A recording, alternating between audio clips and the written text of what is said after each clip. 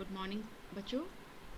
कल हमने integration chapter start किया था और ये देखा था कि व्हाट इज़ इंटीग्रेशन और इंटीग्रेशन से रिलेटेड कुछ फॉर्मूले हमने डिस्कस करे थे। आज उसी चैप्टर को आगे बढ़ाएंगे और कुछ प्रॉपर्टीज़ इनडेफिनेट इंटीग्रेशन की स्टडी करेंगे।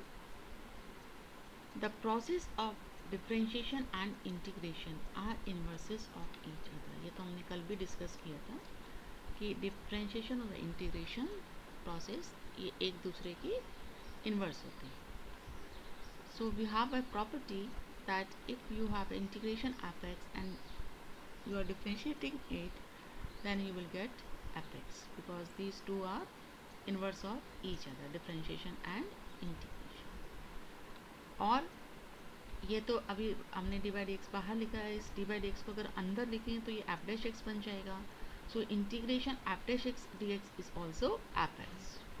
मीन्स ये दोनों इंटीग्रेशन और डिफ्रेंशिएशन साइन अगर एक साथ है तो एक तरह से वो कैंसिल आउट होती है, एफ एक्स आता है, f x plus c. Second property is integration f x plus g x is equal to integration fx plus integration gx. If you have a sum of two functions and you are integrating it, you can do it by separately integrating and then finding their sum. Next property is for any real number k, integration k fx dx is equal to k integration fx. अगर के कोई real number है और आप के F x का integration निकाल रहे हैं तो you can do it. First find the integration of f x and then multiply it by constant k. अब इन दोनों प्रॉपर्टी को अगर हम कंबाइन कर दें, थर्ड और फोर्थ प्रॉपर्टी को, तो हमारे पास एक रिजल्ट निकल के आएगा. If you have K one F one X plus K two F two X plus K N F N X, then what you can write by using the third property, you can write it separately as integration k1 f1x plus integration k2 f2x and plus and so on integration kn fnx. First use the third property and then if you use fourth property, k can be taken out common from each integration and you will get k1 integration f1x plus k2 integration f2x and so on. So these are the some properties of indefinite integration. Now we start the exercise 7.1. We have to find the antiderivative, that is integration of the following functions by the method of inspection. मतलब देख कर हमें gas करके, हमें observe करके integration find out करना है. तो यहाँ में हमारे पास साइन टू एक्स फंक्शन आ रहा है, तो हमें ये देखना है कि साइन टू एक्स फंक्शन किसका डेरिवेटिव होता है. साइन फंक्शन होता है कॉस का डेरिवेटिव. तो we have d by d x of cos two x is minus two sine two x. So you can write as sine two x is equal to minus half d by d x of cos two x. And this since this is constant, this can be taken inside and you can write it as d by dx of minus half cos 2x. तो जब integration करेंगे, क्योंकि differentiation integration reverse है, जब आप इसका integration करेंगे तो आपके पास कौन सा फंक्शन आया, minus half cos two x. इस क्योंकि इसका डिफरेंशिएशन साइन टू एक्स है, तो हमें ये देखना होता है कि साइन टू एक्स का जब हम इंटीग्रेशन निकालते हैं तो वो कौन सा फंक्शन है जिसका डिफरेंशिएशन हमें ये गिवन फंक्शन मिल जाए. So we can write that the antiderivative of sin 2x is minus half cos 2x. This is the next part, cos 3x. Cos function होता है sin function का derivative. So we can write d by dx of sin 3x is equal to 3 cos 3x. Now 3 can be transferred to left side and it becomes cos 3x is equal to 1 by 3 d by dx of sin 3x. That is cos 3x is d by dx of 1 by 3 can be taken within the bracket of 1 by 3 sin 3x. तो यहाँ पर क्योंकि इसका derivative cos 3x है तो इसलिए हम कह सकते हैं कि anti derivative of cos 3x is 1 by 3 sin 3x. e की पावर आ रहा है तो अब यहाँ हमें ये देखना है कि e की पावर x किसका डिफ्रेंशिएशन होता है, a की पावर x का होता है, और यहाँ e की पावर 2x है तो हम e की पावर 2x का यूज़ करेंगे. So we can write d by dx of e to the power 2x इज 2 e to the power 2x होगा, क्योंकि e की पावर 2x और फिर 2x का डिफ्रेंशिएशन चेन रूल लगाया तो 2 आ गया. Then from here you get e की power 2x is equal to half d by dx of e to the power 2x.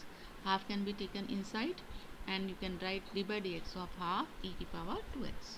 So इसका डेरिवेटिव e की पावर 2x है, तो हम ये कह सकते हैं कि इसका एंटी डेरिवेटिव ये हो गया half e to the power 2x. Anti derivative और प्रिमिटिव और integration, any word can be used for it.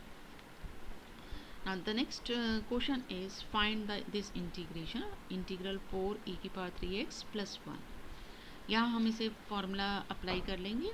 तो 4 e की पावर x का डिफरेंशिएशन मैंने बताया था e की पावर x होता है, तो यहाँ e की पावर 3x है तो e की पावर 3x का e की पावर 3x होगा, लेकिन यहाँ पे 3x है, so it is divided by यहाँ 3 आ जाएगा, क्योंकि यहाँ डिफरेंशिएशन में मल्टीप्लिकेशन होता है और इंटीग्रेशन जब करते हैं तो चेन रूल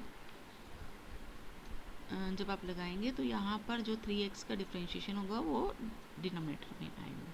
अभी हमने ऊपर चेक भी कराया है, e की पावर 2x था तो हाफ e की पावर 2x आ गया था इसका इंटीग्रेशन. तो यहाँ पर और 1 का इंटीग्रेशन होता है x और plus constant of integration. Next is x square into 1 minus 1 by x square. तो हम क्या कर सकते हैं, इस एक्स स्क्वायर को पहले मल्टीप्लाई कर दें और ब्रैकेट को ओपन कर दें, तो आपके पास आ जाएगा एक्स स्क्वायर और यहाँ से 1. अब हम सेपरेट कर देंगे थर्ड प्रॉपर्टी का यूज़ करके, तो इसको सेपरेटली लिख लिया हमने. अब आप इसको इंटीग्रेट कर सकते हैं, तो x की पावर n का इंटीग्रेशन होता है x to the power n plus 1 divided by n plus 1, तो 2 plus 1 divided by 2 plus 1 that is x cube by 3, और 1 का इंटीग्रेशन x और plus constant of integration. Likewise we have the next question ax square plus bx plus c. तो यहाँ पे भी इसको पहले सेपरेट करेंगे, तो सेपरेट करके आपके पास आ गया a integration x square plus b integration x plus c integration 1, fifth property का यूज़ करके. अब इसको आप इंटीग्रेट करेंगे सेपरेटली, तो एक्स स्क्वायर का इंटीग्रेशन क्या हो गया, x की power n plus 1 that is 2 plus 1 divided by 2 plus 1 that is 3. इसी तरह से x का इंटीग्रेशन क्या होगा, x की पावर 1 प्लस 1 हो जाएगा दैट इज़ 2 और डिवाइडेड बाई 2 प्लस 1 का integration x plus constant of integration. This is one more question 9th. Integrate 2x square plus e to the power x. तो separate करेंगे तो 2 integration x square plus integration e to the power x. So 2x cube by 3 plus e की power x का integration e की power x होगा plus constant of integration. Now 13th question x cube minus x square plus x minus 1 divided by x minus 1. तो इसको आप दो तरह से कर सकते हैं, या तो आप डायरेक्ट डिवाइड कर दें न्यूमरेटर को डिनोमिनेटर से, और जब आप डिवाइड करेंगे तो आपके पास कोशेंट आ जाएगा x square plus 1.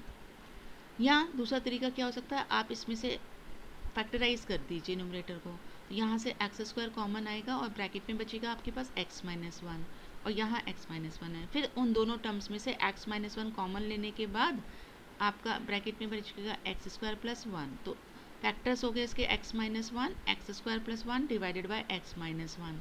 x minus 1 cancel हो जाएगा, तो आप फैक्टराइज करके भी कर सकते हैं इसे या डायरेक्ट डिवाइड करके भी कर सकते हैं. तो you will get x square plus 1. Division कर अगर डिवाइड करेंगे या फैक्टराइज करेंगे वो प्रोसेस आपको यहाँ करके दिखानी है, दोनों ही प्रोसेस करके दिखाएंगे आप, जो भी प्रोसेस आप यूज़ करेंगे. सो सेपरेट करेंगे, सेपरेट करके हमारे पास आया integration x square d x plus 1 d x. X square का इंटीग्रेशन एक्स क्यूब बाय 3, 1 का एक्स और plus constant of integration. Next question 1 minus x into root x. तो ये वैसे ही करेंगे जैसे अभी हमने एक क्वेश्चन करा था. पहले आप रूट एक्स को मल्टीप्लाई कर दीजिए, तो रूट एक्स को जब मल्टीप्लाई करेंगे यहाँ से रूट एक्स आएगा, यहाँ एक्स की power 1 plus half that is 3/2 हो गया, और ये क्या हो गया x की पावर हाफ. अब आप x to the power n वाला फॉर्मूला लगाएंगे इंटीग्रेशन का, तो आपके पास आ जाएगा half plus one that is 3/2 divided by 3/2। इसी तरह से 3/2 plus one that is 5/2 divided by 5/2।